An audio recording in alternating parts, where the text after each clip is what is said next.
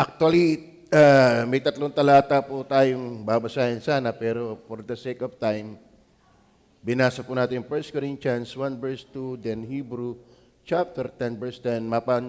Napansin po natin doon yung salitang sanctified. Siyempre, sa mga bago natin, medyo bagong termino yon. Ano? Ang ibig sabihin lang po ng sanctified, ang synonym po na yan ay consecrated. Parehong malalim. Ano? Sanctified, then consecrate. Ang ating pamagat, God is able to consecrate. Tagalogin natin yan. Ano ba sanctified? Pag sinabi pong sanctified, ay binanal. Binanal. O kaya'y ibinukod, inihiwalay mula sa makasalanan. Mula sa dilim, papuntang liwanag. Mula sa dyablo, papuntang Kristo. Mula sa kasinungalingan, papuntang katotohanan. Mula sa kamunduhan, papuntang kabanalan. Naintindihan niyo na ba yun? So, ang sanctified and consecrate, pareho lang diwa. Pareho lang ang diwa. Klaro ba? So, ang ating pong pag-uusapan ngayon ay di kaya ng Diyos na ikaw ay ibukod. Yan ang ating pag-uusapan. Kaya ng Diyos na ikaw ay ibukod para sa kanyang layunin. Kasi, kaya maraming tao nabubuhay, hindi pa sa gusto ng Diyos, ay hindi pa inihihiwalay ng Diyos sa mga hindi pa Kanya. Tatandaan ninyo, hindi lahat ng tao ay anak ng Diyos. Maliwanag sa Bible yan. Kung papatulan ko lang po mga talataan sa inyo, abutin tayo ng siyam-siyam. Halimbawa, John 8:44, Efeso chapter 2, verses 1 hanggang 3, and so many verses. Meron pa nga talatang, hindi ang bawat nagsasabi sa akin, Panginoon, Panginoon, ay papasok sa kaharian ng langit. Matthew 7:21. Pagdating sa Luke 6:47, sabi niya, bakit niyo ako tinatawag, Panginoon, Panginoon? Hindi niyo naman ginagawa ang aking sinasabi. Are you with me? So, ibig sabihin, dapat tanggapin ninyo ang katotohanan kasi sa tanggapin naman natin hindi naman mababago yung katotohanan. 1 plus 1. 1 plus 1. Kaya mo bagang ipilit yan sa 3? Ay, paduguin mo na ang isip mo, hindi mo kayang pilitin na ang 1 plus 1 ay 3. Kaya mga kapatid, kahit pasabihin mo, ang paniniwala ko ay garne, basta ang ganito ang paniniwala ko, ay sulong, di iyo yan. Hindi ka naman pipilitin sa gusto mo eh. Pero wag mo namang buburahin yung sinabi ng Diyos. Amen? Ay sabi ng Bible sa Matthew chapter 24 verse 35, mawawala ang langit at ang lupa, datapwat ang aking mga salita ay hindi mawawala. Sige, dumiin ka ng iyo, mas madiin ang sa Diyos. Amen? Magpatutuo ka ng iyo, mas matibay ang sa Diyos. Akalain mo, mawawala ang langit at lupa, pero ang kanyang salita ay hindi. Ay iyong sinalita, pagpatay ka na, limot na ng tao yan. Yung iyong pagmamatigas ngayon, yung iyong paninindigan ngayon, naku, baka nga hindi alam ng kapitbahay yung paninindigan mo. Baka ikaw lang naman totoong may iyo. Tama. Pero alam niyo ba, ang tatayo ay yung sa Diyos. So, nais ko pong sabihin sa inyo, kaya merong pagbubukod ang Diyos at kaya kanyang ibukod. Bakit? Hindi lahat Kanya. Kung Kanya na, bakit ka pa ihihiwalay? Malamang ko ba? Kung lahat ng tao ay sa Diyos, bit ka pa aalisin doon? Maliwanag na ang ating topic. God is able to consecrate. Kaya ka ng Diyos ibukod. Kaya ka ng Diyos iwalay para sa kanyang layunin. Ibig sabihin, hanggat hindi ka nahihiwalay, ikaw ay nabubuhay hindi para sa kanyang layunin. Tama? Nakakita ba kayo ng tao? putol na laan ng putol ng puno. Oh, pumutol ng isang mahogani. Anong gagawin mo? Ay kung ano maisipan. O pinutol. Nakakuha ng poste. Napalaki uli ang tabtab. Oh, napalaki. Anong gagawin mo? Ay gagawin kong pambayo sa lusong. Napalaki naman ang tabtab. Anong gagawin mo? Batuta. Ay napalaki na naman. Naging gagay-stick. Anong gagawin mo? Pang-iihaw ko ng barbecue. Ano? Ay napaliit na naman. Ang gagawin mo? Toothpick. Ay napaliit na naman. Ang gagawin mo? Kusot. Ibig sabihin, walang definite purpose. Alam niyo ang tao? Nabubuhay lang sa kawalan. Come what may. Hanggang wala ka kay Kristo, walang tunay na layunin ng buhay mo. Pero kapag ikaw ay na kay Kristo na, inaalis ka sa mga taong walang kaplano-plano. Kung may plano man, pang mundo lang. Pang sarili lang. Aalisin ka dyan. Ikaw ay dadalhin sa buhay na magluluwalhati sa Diyos. Diba? Lahat ba ng sasakyan may nakalagay na for official use only? Lahat ba ng sasakyan may ganon? Wala. Mabibilang mo ang sakyan na for government official use only. So, kahit nga mga sasakyan hindi lahat for official use only. Kaya ang tao, hindi din lahat ng tao for God's use only. Tama ba? Kayo ba naibukod na? Kayo ba'y consecrated? Are you sanctified? Ang ibig sabihin ng sanctified, ibinukod, inihiwalay, para sa layunin ng Panginoon na siya iluwalhatiin. Kaya mga kapatid, kung ikaw iligtas, hindi na tayo sa ating sarili. Tayo'y sa kapurihan ng Panginoon. Una, nating pag-aaralan ngayon. Verse 2, chapter 1, verse 1 and 2. Basahin natin. Balikan natin. Si Pablo, na tinawag na maging apostol ni Jesucristo. 1 Corinthians 1 verse 2 na lang. Verse 2. Sige. At si Sostenes na ang kapatid, verse 2. Yan nyo ha? Sa iglesia ng Diyos, naku, karaming nakiki-iglesia. Dito palang bagsak na Kapag umaangkin ang tao na sila daw ay iglesia ng Diyos, pero wala ito. Sa iglesia ng Diyos na nasa Korinto, sa makatwid bagay sa mga pinapaging banal kay Kristo Jesus. Ang diwa, ang esensya, ang substance ng tinatawag na iglesia ng Diyos, hindi yan pangalan. Hindi yan pangalan. Ang iglesia ng Diyos ay hindi pangalan. Yan ay property ng Diyos. Ngayon, bakit? Pinapaging banal. Yan po yung sanctified kay Kristo. Alam nyo ba ibig sabihin, ikaw ay pinapaging banal kay Kristo? Ibig sabihin, kay Kristo, positionally speaking, ikaw ay ibinukod na. Lahat ng na kay Kristo, ikaw talaga ay ang tayo mo na, ang position mo na. Aray ko, yun, na ganit, naus-us ang akin. Diba na? Yan. Kita nyo ha, sabi, pinapaging banal kay Kristo Jesus. Ibig sabihin, ang taga-Korinto, mga kapatid, ay ibinukod na, inihiwalay na, for God's use only, yun na yung tayo, yun na yung kalalagayan. Bakit? Pag ikaw ay na kay Kristo, sa Diyos ka na talaga. Naiintindihan mo ba yun? Sino ba yung na kay Kristo? Ay di yung pinapaging banal. Kung ilalagay natin doon sa 1 Corinthians chapter 6, verse 19-20, sila yung tinitirahan ng banal na Espiritu. Sila yung tinubos sa dugo ni Kristo.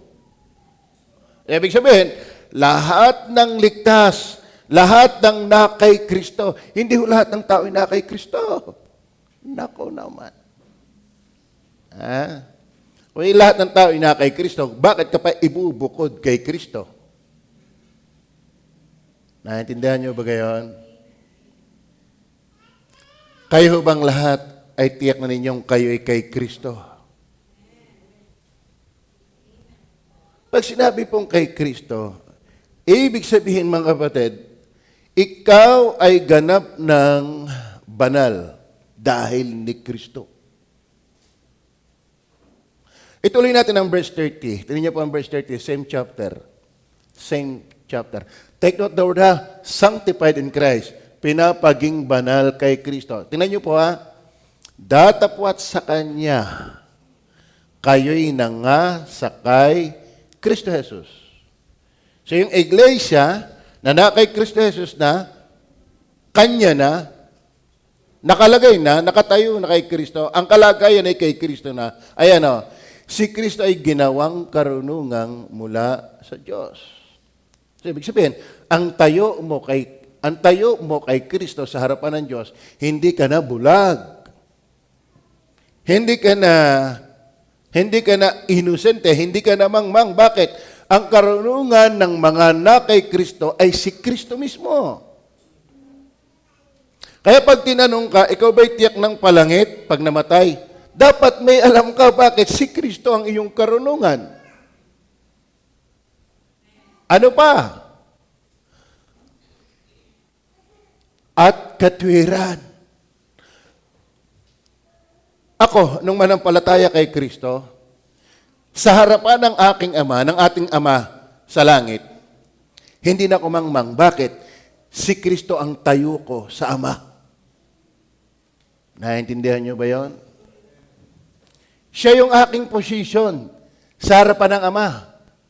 Ibig sabihin, natapatan ko ang hinihingi ng Ama, nasatisfied ko ang hinihingi ng Ama, yung karunungan at katwiran. So, ibig sabihin, sa harapan ng Ama, ako'y tinatanggap na marunong at matuwid dahil ng tayo ko kay Kristo.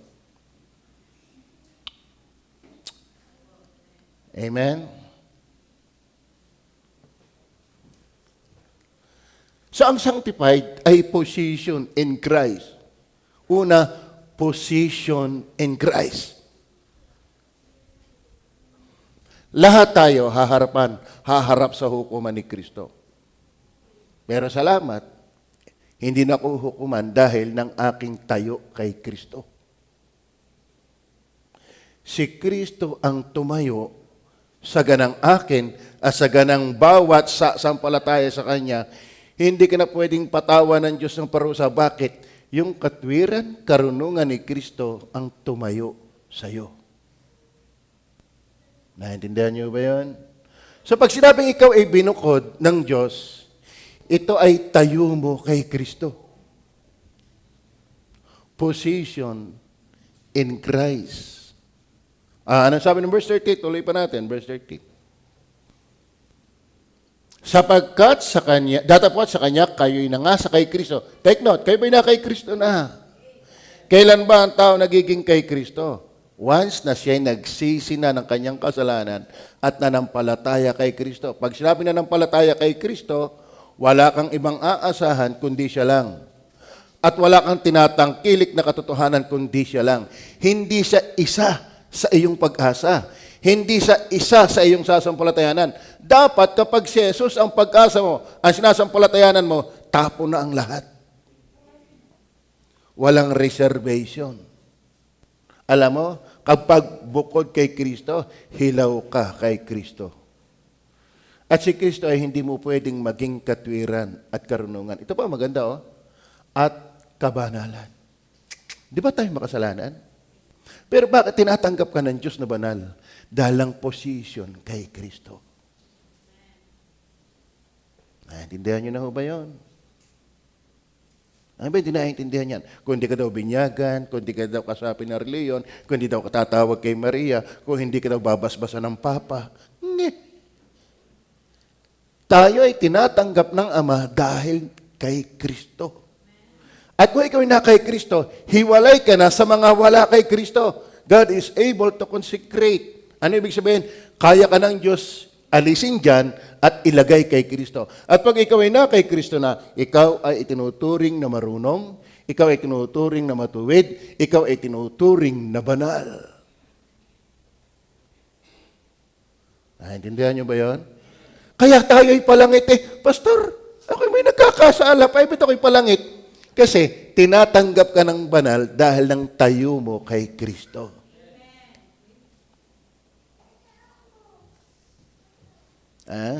Lagi kong ilustrasyon sa inyo yung wala akong, di na uso ang panyo sa akin. Nalilimutan lagi yung kukuha ko ng papel. Di ba? Pag inilagay ko dito ang papel, hinawakan ko ng kamao, hindi mo nakita ang papel. Ang kita mo na ay yung kamao ko. Tama ba? O ito, pangpunas sa ano, sa salamin. Okay, kulay ano? Kulay ano? May asul pa? Anong kita mo na? Alam mo, kapatid? Sa harapan ng Diyos, hindi nakita yung asul. Ang kita na yung kamao. Ano? Ikaw ay makasalanan, anak ng dyablo, hindi ka banal, pero alang-alang kay Kristo, yung tayo mo kay Kristo, hindi na yan ang tinitingnan. Are you with me? Ang nakikita ng Diyos sa iyo ay si Jesus. Kaya alang-alang kay Kristo, ikaw ay ibinibilang na marunong. Basahin ulit natin. Yung 1:30. Datapwat sa Kanya, kayo'y nangasa kay Kristo si Jesus, na sa atin ay ginawang karunungan mula sa Diyos. Walang durunong kay Jesus. Pero ang ikay manampalataya kay Kristo, katumbas ka na ng karunungan ng Ama dahil di Kristo. Ano pa? Ginawang katwiran. Tayo hindi matuwid. Walang matuwid, wala kahit isa. Sapagkat ang lahat ay nangagkasala nga at hindi nangakaabot sa kalwalhatian ng Diyos. Walang matuwid, wala kahit isa. So hindi ka pwede sa Diyos. Pero salamat, may ibinukod mula doon sa hindi matutuwid, doon sa mga na kay Kristo. Ngayon, tinatanggap ka ng matuwid dahil kay Kristo. Ano pa? Kabanalan.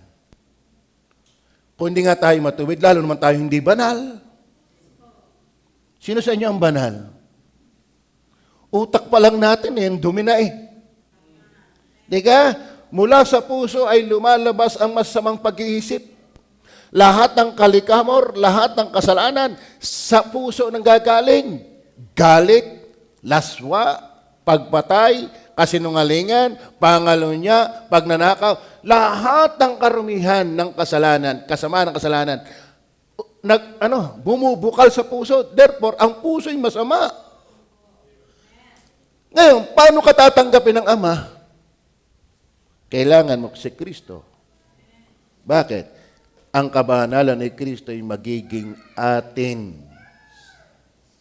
God is able to consecrate. Kaya ka na niyang ibukod, iwalay. Ngayon, kung ikaw na kay Kristo na, pero ang buhay mo'y katulad pa rin nila, ay panaginip lang yan. Ano ba ang tao hanggat wala kay Kristo, walang layunin, maganda? Nabubuhay sa kasalanan. Kali-kalikar ng kamunduhan, anak ng dyablo. Pero salamat, out of those vain, nothing person, ibinukod ka. Are you with me? Sa layuning, luwalhatian ng Panginoon. 2 Corinthians chapter 5 verse 21. Tingnan niyo po. Naintindihan mo ba? Yung hindi nakakilala ng kasalanan ay kanyang inaring may sala dahil sa atin upang tayo maging sa kanyang katwiran ng Diyos. Si Kristo na inosente, pero bakit pinarusahan ng Ama? Alam mo, actually, mga kapatid, hindi galit talaga ng Roman soldiers ang behind doon. Galit ng Diyos. Kaya sabi ng Diyos, kinalugdan ng Ama ng anak ay bugbugin. Bakit? Nung buhatin niya ang iyong kasalanan, naging marumi ang Ama sa paningin, o ang anak sa paningin ng Ama. Kaya kinalugdan ng Ama na bugbugin hanggang mamatay ang anak. Bakit? Inosente siya pero dinala niya ang iyong kasalanan. Kung sasampalataya ka, si Jesus ay pinarusahan dahil ang kasalanan mo. Si Jesus ay pinatay at pinako at pinatay sa krus ng Kalbaryo dahil hindi inosente siya Kaya nga sabi, narito ang kordero ng Diyos, nag-aalis ng kasalanan sa libutan. Bakit siya ang kordero? Alam mo, ang katangian ng kordero dapat walang kapintasan. na ihahandog sa Diyos. Kaya si Kristo yung korderong walang kakapi-kapintasan. Napatunayan niya ni Pilato, napatunayan ng asawa ni Pilato, inosente ang taong ito, walang kasalanan ito. Pero bakit pa rin pinatay? Kasi dinalangan niya ang kasalanan mo. Kung sasampalataya ka. Ha? Pero kung hindi ka sasampalataya, ikaw ang magdudusa ng kasalanan mo. Ha? Are you with me? Ikaw ang magbabayad ng iyong kasalanan kung hindi ka magtitiwala kay Jesus. Pero sino man nagtiwala kay Jesus, si Jesus ang nagdusa ng iyong kasalanan. Pero bakit ka naman tatanggapin? Verse 21, upang tayo maging sa Kanya'y katwiran ng Diyos. Si Jesus ay nagpakatuwid, hindi para sa Kanyang sarili. Bakit? Wala man sa Diyos ang kasalanan. Siya nagpakatuwid para ibigay sa atin. Ultimong pagbabautismo, nagpabautismo siya. Bakit? Ito ang paggawa ng buong katwiran ng Diyos. Lahat ng kailangan ng mga mananampalatayang hinihingi ng Ama, sinatisfied ng anak, ginawa ng anak. So, bakit tayo tatanggapin ng Diyos ngayon? Papunta sa Kanya sa langit. Dahil ibinigay nga sa atin ang katwiran. Kaya hindi na tayo parurusahan. Bakit? Matuwid na tayo eh. Pero bakit naman si Jesus ay pinarusahan? Kasi naging masama dahil mo. At dahil ko. Klaro ho ba? Dapat naintindihan natin yan. Anong kinalaman ng binyag dyan? Anong kinalaman ng relihiyon dyan? Anong kinalaman ni Maria dyan? We are sanctified positionally in Christ. Klaro? Klaro ho ba? Ikaw ba'y na kay Kristo? Ikaw ba'y mananampalataya ni Kristo?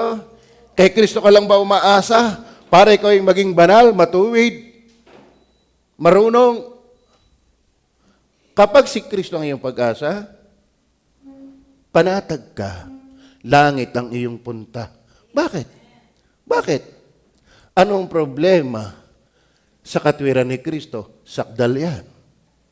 Ano ang problema sa kabanalan ni Kristo? Sakdal yan. Walang kulang kay Kristo. Kaya tayo, sapat para dalhin sa langit. Bakit? Dahil ang ating tayo kay Kristo.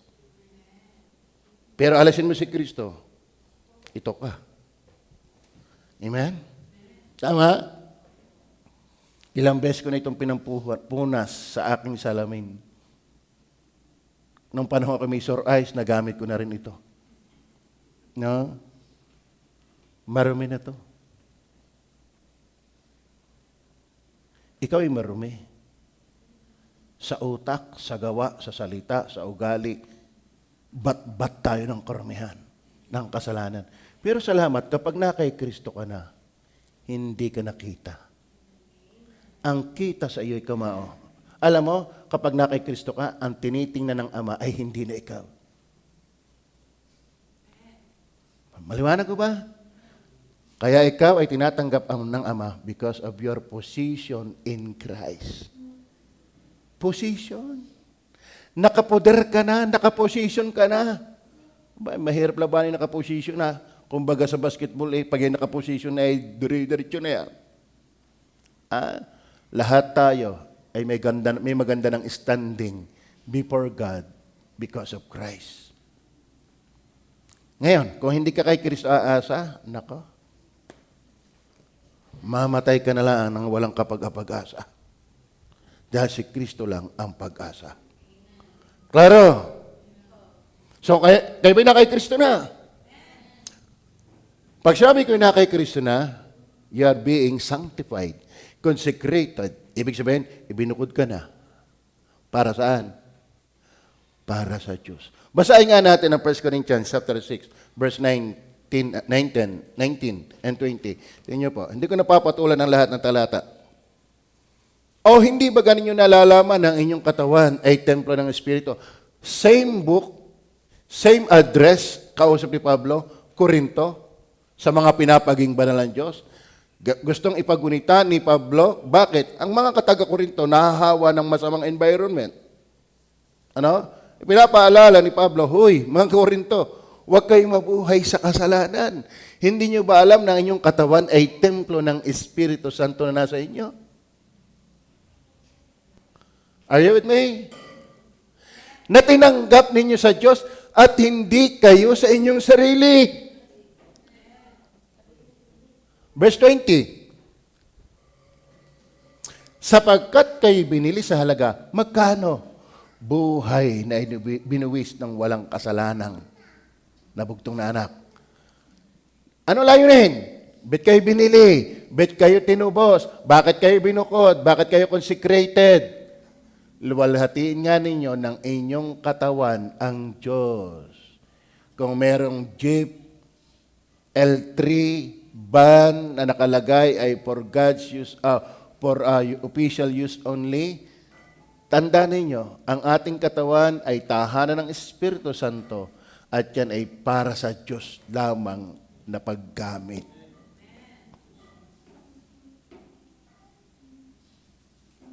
Sa totoo na, kahit tayo ipagwaswasa ng Diyos, na hindi naman niya gagawin yun, kung talagang ligtas ka, wala kang karapatang magreklamo. Bakit? Hindi ka naman iyo. Tayo'y sa Diyos. Amen? Karapatan niyang gamitin ang Kanya. Ha? Tama ba? Dapat naintindihan natin yun. If we are really sanctified and consecrated positionally in Christ, ikaw ay inalis sa mali para mabuhay sa tama. Ikaw ay inalis sa dilim para mabuhay sa liwanag.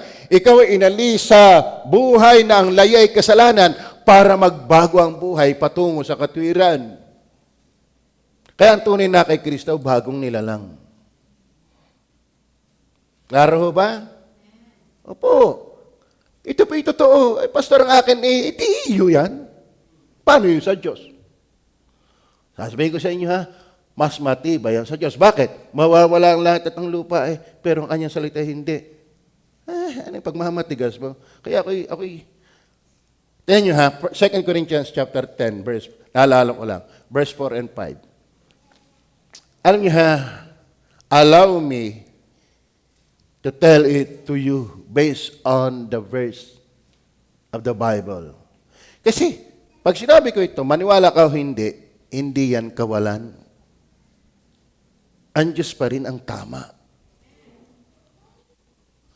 Tama ba?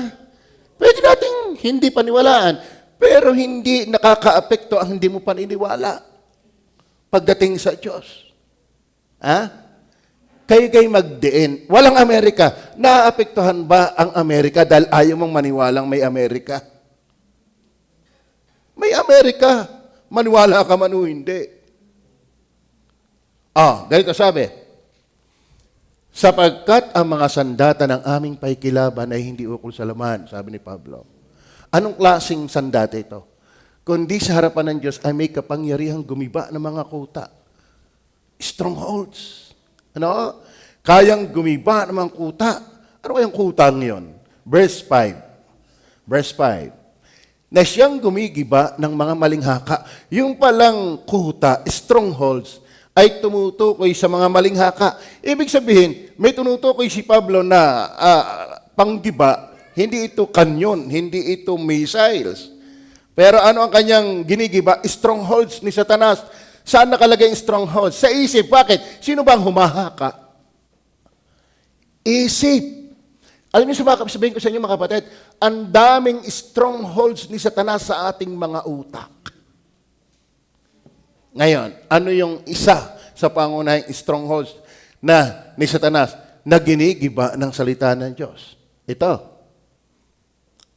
Ang sabi at ng bawat, tinan nyo, na siyang gumigiba ng mga maling haka, kapag ang iyong pananampalataya hindi kay Kristo, nabubuhay ka lang sa maraming haka-haka. At ang bawat bagay na matayog, na nagmamataas laban sa karunungan ng Diyos, ito yung matinding stronghold ni Satanas. Pag sinabing stronghold ni Satanas, tanyo yung gera, yung mga gera, may mga may mga strongholds, may mga tawag dyan, may mga kuta na tinatawag sila, nandun ang kanilang mga gamit, matibay yun.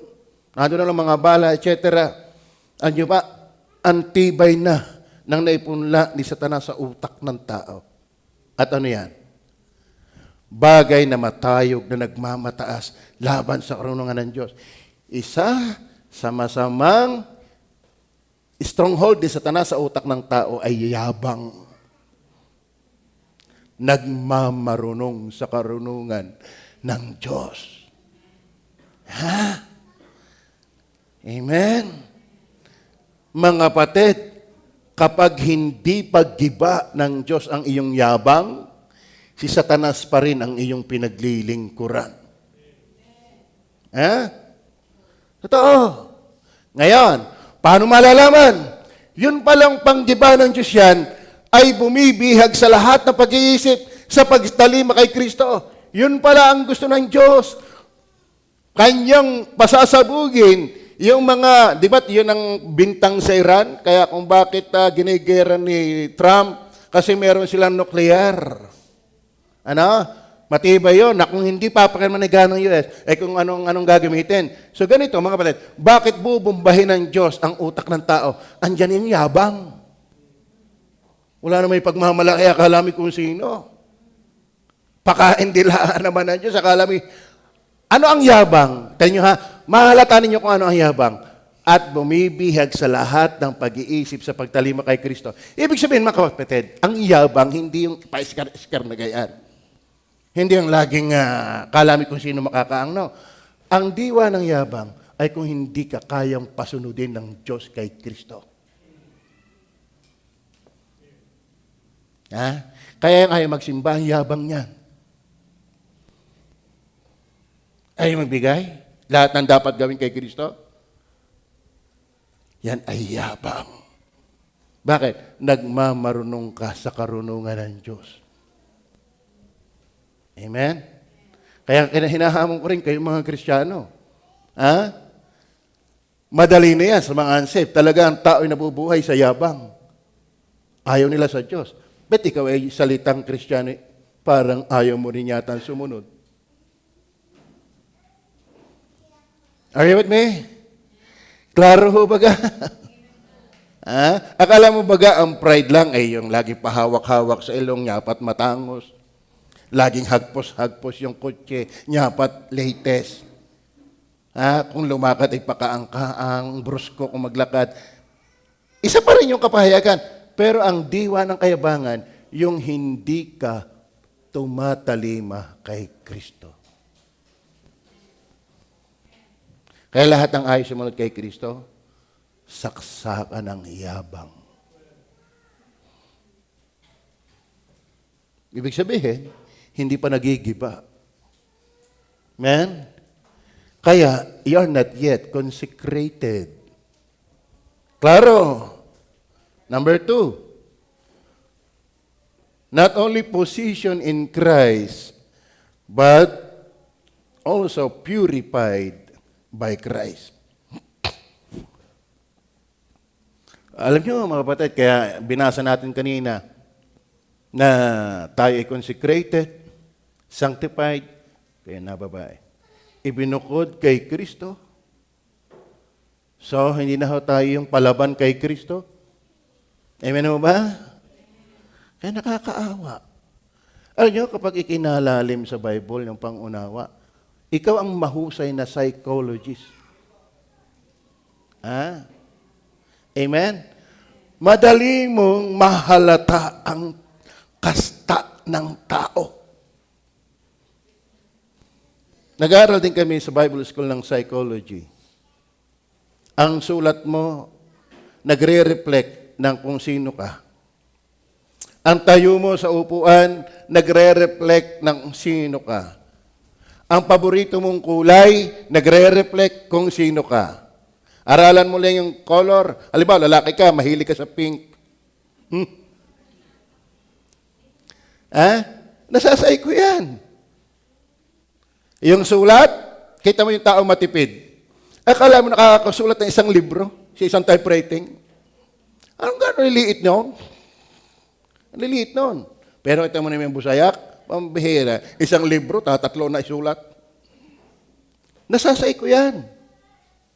Kaya pag ikaw'y malalim sa Bible, mahirap ka ng pangatwiranan. Sa totoo na, pag ayaw mo sumunod kay Kristo, ang totoo na yan sa Bible ay yabang mo. Bakit? Nagmamarunong ka sa karunungan ng Diyos. Are you with me? Amen o ba? Ganun lang yun. Ay, ako na may mabait, wala akong naargabyado. Yan pa nga eh. Tagal mo na hindi nasimba, nababaitan ka pa. Sa sarili mo. Ha? Are you with me? Kasi pamantayan ng tao tinitingnan mo. Pero ating bukalkalin ang pamantayan ng Diyos. Bagsak tayong lahat. Kaya nga, position in Christ, then purified by Christ. Efeso, chapter 5, verse 27. I have still time. Upang ang iglesia ay mahirap sa kanyang sarili na malwalhati, na walang dungis o kulubot sa anumang gayong bagay, kundi ito'y nararapat maging banal at walang kapintasan. Ano? Ayun palang iglesia, mga kapatid, ay may harap sa kanyang sarili na malwalhati. Ano yung malwalhati? Walang dungis. Ay tayo dungisin. Lumigo ka na ng lumigo, dungising ka pa rin. Morally speaking. Spiritually speaking. Pero bakit tayo malinis na? Kasi purified by Christ. Kaya nga sabi, siya yung kordero na nag-aalis ng kasalanan. Hindi lang nagtataklob, nag-aalis. Bagaman tayo ay nagkakamali pa, pero sa harapan ng Diyos, purified ka na. Because we have been purified by Christ. Positionally speaking. Is that clear? Para tayo nasa Bible school eh. Para tayo nasa Bible school. Kagaling nyo ka? O mamaya may exam tayo. Upang ang iglesia ay maiharap. Ang iglesia, binubuo yan ng mga taong na kay Kristo. Ang iglesia hindi ito. Ito ay gusali. Ito ay building. Pero ang tunay na iglesia, yung mga taong napatawad. Yung mga taong tinubos. Yung mga taong ligtas na pag namatay palangit. Tinitiraan ng banal na Espiritu. Kaya kung ikaw iligtas, bahagi ka ng iglesia. Ngayon, dahil ikaw iglesia, ikaw ay ihaharap na malwalhati. Anong malwalhati? Walang dungis. O kulubot. Nako. Pagpatak natin ng 50 nangungulundot na. Lapusak na ang mga mata. Di ka? Magpabatak ka na magpabatak. Napakinis ang mukha, naipon sa liig. Bakit? Ay, ang hirap naman batakan ng liig eh. Di ka? Talagang tayo'y sa pakulubot. Sa papangit. Bakit? Yamang sa labok ka ng galing. Sa labok ay babalik ka rin. Amen! Pero salamat, darating isang araw, tayo po ay malwalhati, glorified body. Walang dungis, walang kulubot, walang gayong bagay, kundi tinararapat maging banal at walang kapintasan. Bakit? Si Kristo ay walang kapintasan. Na siya ang umapila sa atin, siya yung ating position, at siya yung nag-purified. Tingnan niyo po ang Hebrew, chapter 9, verse 22. Okay? At ayon sa kautusan, ay halos masasabi kong lahat ng mga bagay ay nililinis ng dugo at maliban na sa pagkabuhos ng dugo, walang kapatawaran. Liban na lang si Kristo ay nagtigis ng kanyang dugo, walang kapatawaran. Bigyan daming paniniwalang sari-sari turo. Basahin yung talata. Maliban na sa pagkabuhos ng dugo, walang kapatawaran. Ibig sabihin, kung walang dugong tumigis sa krus ng Kalbaryo, wala kang pag-asang maging banal. Maging matuwid. Bakit? Binyag na ang lumabas. Kung di ka raw mabibinyagan, di maalis ang orihinal na kasalanan. Asan dyan? Asan dyan? Kung hindi ka raw sasapi sa relihiyon, hindi ka maliligtas. Eh dapat ang pangungusap ay ano, liban na lang merong relihiyon, walang kapatawaran. No. Liban na lang sa pagkabuhos ng dugo, walang kapatawaran. Ibig sabihin, kung walang Jesus, hindi ka mapapatawad. Klaro ba? Gusto nyo bang kayo palangit? Gusto nyo bang pag tiningnan ka ng Panginoon ay cute na siya sa iyo? Siya'y bighaning-bighani sa iyo. Attract na attract ang Panginoon sa iyo. Bakit? Ang Ama sa iyo. Bakit? Ang nakikita niya sa iyo ay ang anak. Tingnan niyo po ang Matthew chapter 3 verse 17. Tingnan niyo po, Matthew chapter 3 verse 17. Narito ang isang tinig na mula sa mga langit na nagsasabi, ito ang sinisinta kong anak. Na siya kong lubos na kinalulugdan. Ano ba? Lubos na kinalulugdan. Ibig sabihin, pag tiningnan ng ama ang anak, attract ang ama. Bakit? Kasing banal niya. Kasing tuwid niya. Kasing runong niya. Ngayon, wala ka sa anak, ang baho mo. Kulubot ka. Hindi maa-attract ang ama sa atin kung wala ang anak. Klaro ho ba? Kaya huwag may pagmamalaki ang relihiyon mo. Bakit? Hindi ko rin ipinagmamalaki ang baptis. Ang baptis ay walang kwenta hanggat hindi ka ligtas. Mahalaga lang ang baptis pag naligtas ka na. Are you with me? Okay. Pantatlong puntos tayo. Mga talata pa yan eh. Una, God is able, pamagat natin, God is able to consecrate, to sanctify, ibukod, ihiwalay, para sa kanyang layunin. Kaya mga kapatid, dapat maliwanag sa atin na iniligtas ka para luwalhatiin siya. Are you with me?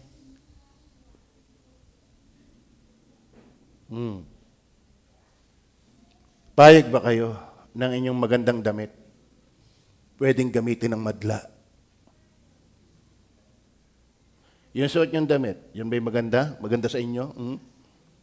Yan ba'y payag kayong gamitin ni Tomas? Payag ba kayong basahanin yan? Gagamitin sa sahig? Payag ba kayo? Hindi rin payag ang Diyos na matapos kang tubusin, ibukod, si Satanas pa rin ang nagamit sa iyo. Ha? Yun ay kung talagang ibinukod ka niya. Are you with me? Tama ba? Kaya ba'y talagang ibinukod na ng Diyos? Pag sinabi ibinukod, inihiwalay. Ha? Klaro. Not only position in Christ, purified by Christ, then last, ay perfected through Christ. Ano ba sa paningin ng Ama? Hindi ka na makasalanan. Sakdal ka na. Bagaman, nagkakamali tayo bilang nasa tao.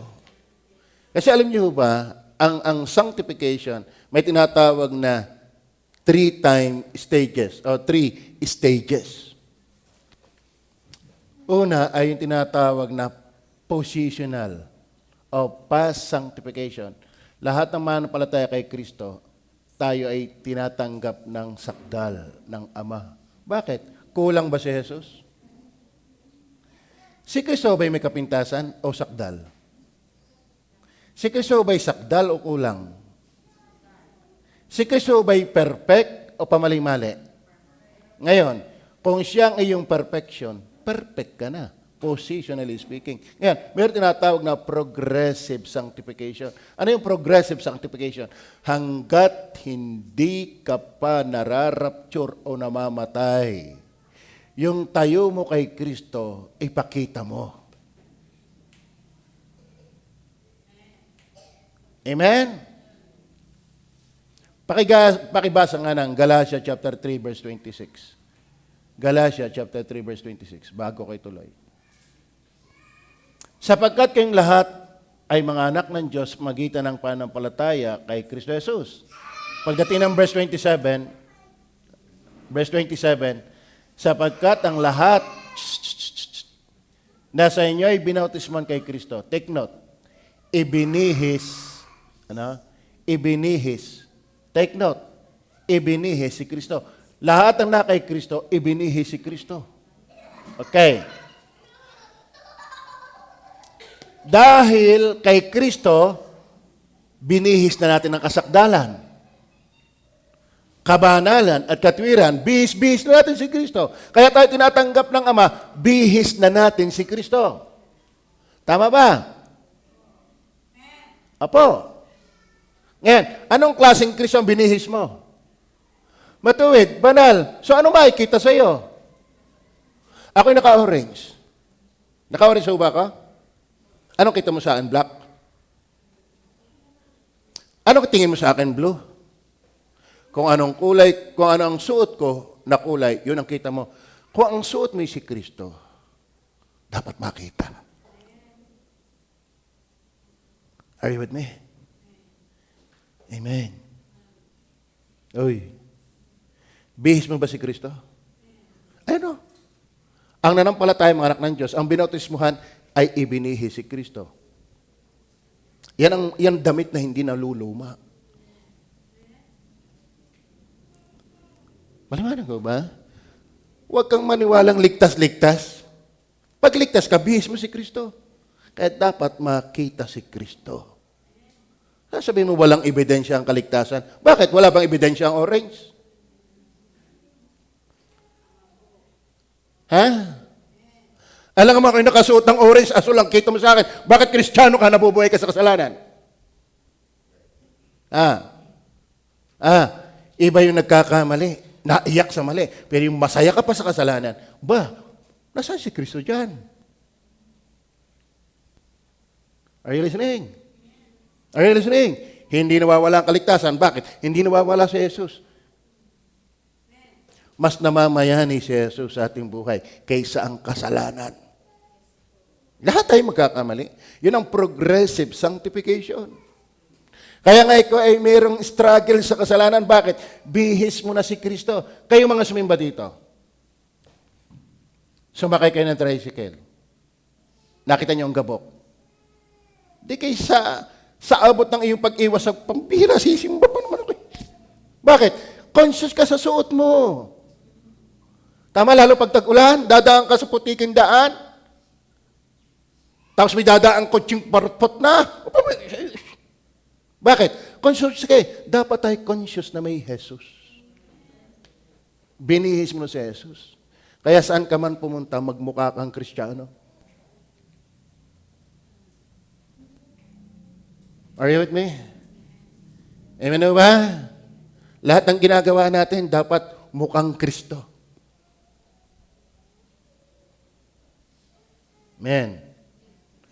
Finally, yun nga sabi natin, perfected in Christ. Hebrew chapter 10, verse 10 and 14. Hebrew chapter 10, verse 10 and 14. Alam ng Diyos ang ating mga sarili. Hindi tayo pwede makapagkunwari sa Diyos. Kaya ang kasalanan, pinagsisisihan. Hindi ipinaglalaban. Tama. Sa kaloobang iyon, yung ginawa ni Kristo sa krus ng Kalbaryo, inihandog ang kanyang katawan na walang kapintasan, ay pinapaging banal tayo. Sa kaloobang iyon, tayo pinapaging banal, consecrated, sanctified, sa pamamagitan ng pagkahandog ng katawan ni Kristo na minsan at magpakailanman, hindi ho to be continue ang ginawa ni Kristo. Kaya salang-sala yung nagpapapako sa cross. Salang-sala yung nagpapahagupit tapos magagalit. Di ka na panood sa Facebook? Nagkakasuntukan eh. Sorry for the term. Kausbaw.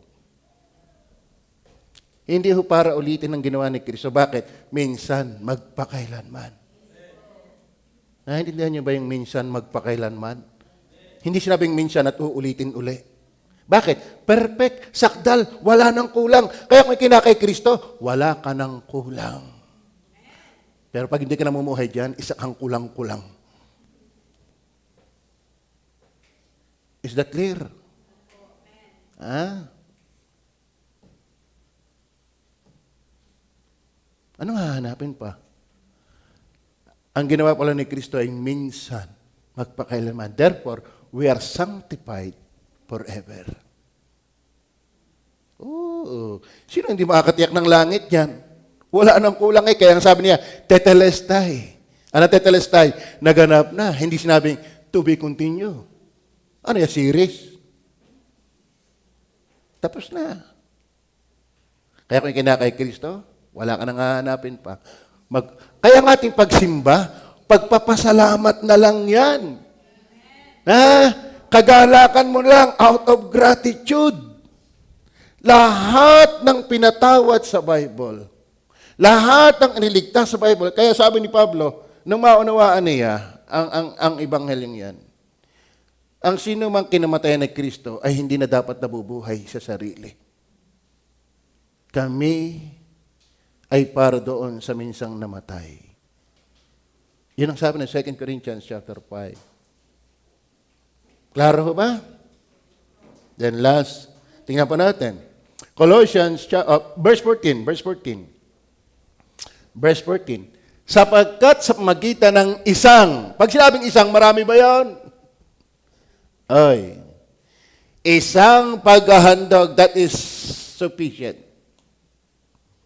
Ay kanyang pinasakdal. Ganong katagal? Magpakailanman. Sino? Yung mga consecrated, pinapaging banal, sanctified.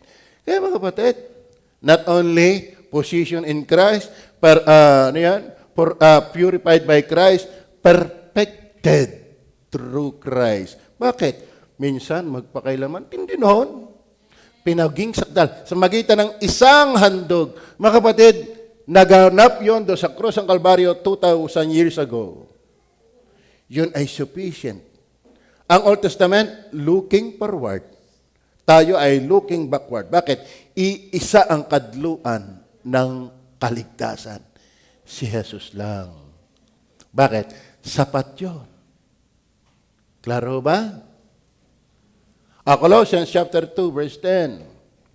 Colossians chapter 2 verse 10. Dito na lang ako magtatapos. Dito na papatulan yung ibang talata. At sa kanya, kayo'y napuspos. Sa English, mas maganda sa English natin ninyo, ha? And ye are complete. May kulang ba sa complete? In Him. Kay Kristo yan. Which is the head of all principality and power. Ye are complete. Ibig sabihin, ariglado na. Wala nang kulang. Perfected, complete. Kaya ang tunay na kay Kristo, langit, tiyak ang tungo. Pero itong dapat tandaan nyo, kung tiniyak na ni Jesus na ikaw palangit, kasama na rin niyang tiniyak na ikay binago. Amen? Kayo ba'y nangangapa at hindi kayo makapinpoint ng suot ko'y orange? Pastor, hindi ko masigurong ikaw ay naka-orange. Hindi ang problema yung suot ko, ang problema yung pagtingin mo. Tama. Kung bihis mo si Kristo, tiyak, ikaw ay perfect. Amen. Tiyak, ikaw ay complete. Pero kung buwis mo si Kristo, tiyak makikita rin si Kristo. Klaro ba? Kita nyo ba orange? Kita nyo ba orange? Pastor, hindi. Basta naka-orange pero hindi ko kita ang orange. Mali yun. Mali yun. Kung si Jesus nasa iyo, dapat makita sa iyo.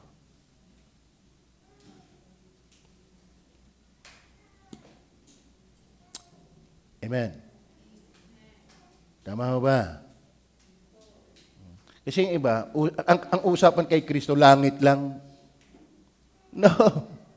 Ang mga palangit, dahil na kay Kristo. Kaya kay bago, dahil na kay Kristo ka rin. Kahit kung ang sino man ay na kay Kristo, siya'y bagong nilalang.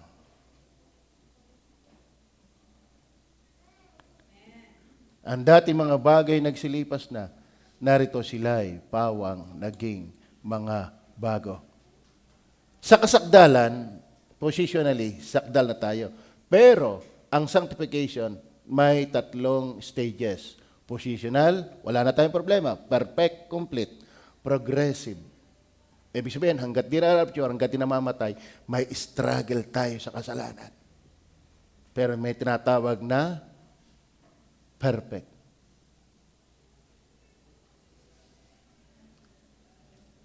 Na sanctification. Pagbalik ng Panginoon, papalitan na tayo ng katawang wala ng kasalanan. Past, present, and future sanctification. Positionally, progressively, perfectly. Are you sanctified? Are you consecrated? Amen. Kaya hindi na tayo puro na nabubuhay na gaya ng dati. May struggle na. Yung tayo mo kay Kristo, nag-aagwat sa iyo. Naghihiwalay sa iyo sa dating buhay. Kung sila'y puro manakaitim, nakaputi ka na ngayon. Kung sila'y nasa putikan, ikaw ay nasa patutuhan. Are you with me? Klaro? Abay, masaya ka dapat kung ikinakay Kristo. Magpasalamat ka dapat kung ikinakay Kristo. Kalain mo, kahit magayang-gaya ng buhay, palangit pa rin. Bakit? Tinitingnan tayo ng Ama dahil ni Kristo. Tinitingnan tayo at tinatanggap ng Ama dahil ang anak ang siya kanyang kinalulugdan. I do hope, klaro. Kung hindi mo patiyak yan, if I were you, bumaba ka. Magsisi ka ng iyong mga kasalanan. Ha? At manampalataya ka kay Jesus. Pag sinabing manampalataya kay Jesus, itapon mo na yung mali mo at siya lang ang iyong yakapin. Dahil walang tagapagligtas kundi si Jesus lamang. Nag-pray po tayo. Panginoon Diyos sa langit, salamat po ng marami